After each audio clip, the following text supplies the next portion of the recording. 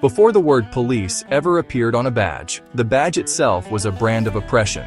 In the 1700s and 1800s, what we now call law enforcement began as slave patrols, armed groups who hunted down innocent men, women, and children escaping abuse and bondage. Their job wasn't to protect freedom. Their job was to retrieve property, enslaved humans, for Southern plantation owners. The badge was born from the chains of human oppression, and that history has never really left. The slave patrols of the South eventually evolved into local police departments of today. Their tactics, surveillance, armed pursuit, home invasions, and terror against the powerless became the blueprint of American law enforcement. When slavery was abolished, the machinery of enforcement didn't disappear. It simply changed its name and uniform. During Reconstruction and Jim Crow, police forces became the iron fist of segregation, enforcing whites-only laws, arresting black citizens for existing in the wrong place, and turning a blind eye to lynchings. When peaceful civil rights activists marched for equality, police met them with dogs, clubs, and fire hoses. During Prohibition, when ordinary Americans resisted a government that banned alcohol, police did not defend the people's right to live freely.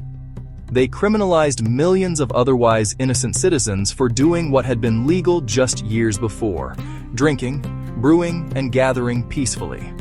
Once again, the police served not the people, but the political class. When workers began to organize for fair wages and humane hours in the early 1900s, law enforcement was sent, not to protect the workers, but to crush them. Police and private security forces like the Pinkertons attacked striking miners, railroad workers, and factory laborers.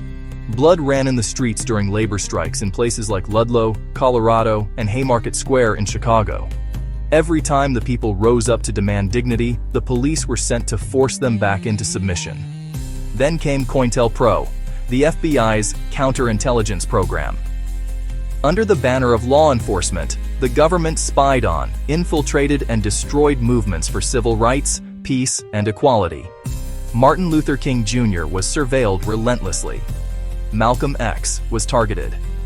The Black Panther Party was dismantled by raids and assassinations, all orchestrated by law enforcement, not to protect the public, but to protect power from the general public.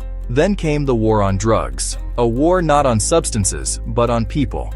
Communities were flooded with narcotics, sometimes even through the hands of the same agencies sworn to stop them. Millions were locked away for minor offenses, while traffickers connected to intelligence operations went untouched. And when children went to school, programs like DARE brought uniformed officers into classrooms, introducing kids to the very drugs they were warned about, planting curiosity, not safety. The drug war became a machine of mass incarceration, destroying families and communities for generations. Today, law enforcement still wages war, not against crime, but against dissent and the citizenry in general. Peaceful demonstrators are gassed with pepper spray and beaten by police. Journalists are arrested, and the so-called good cops, they watch. They do nothing. They stay silent. They might not swing the baton, but they guard the ones who do. They might not fire the weapon, but they file the report that justifies it. Silence is complicity, and in law enforcement, silence is policy.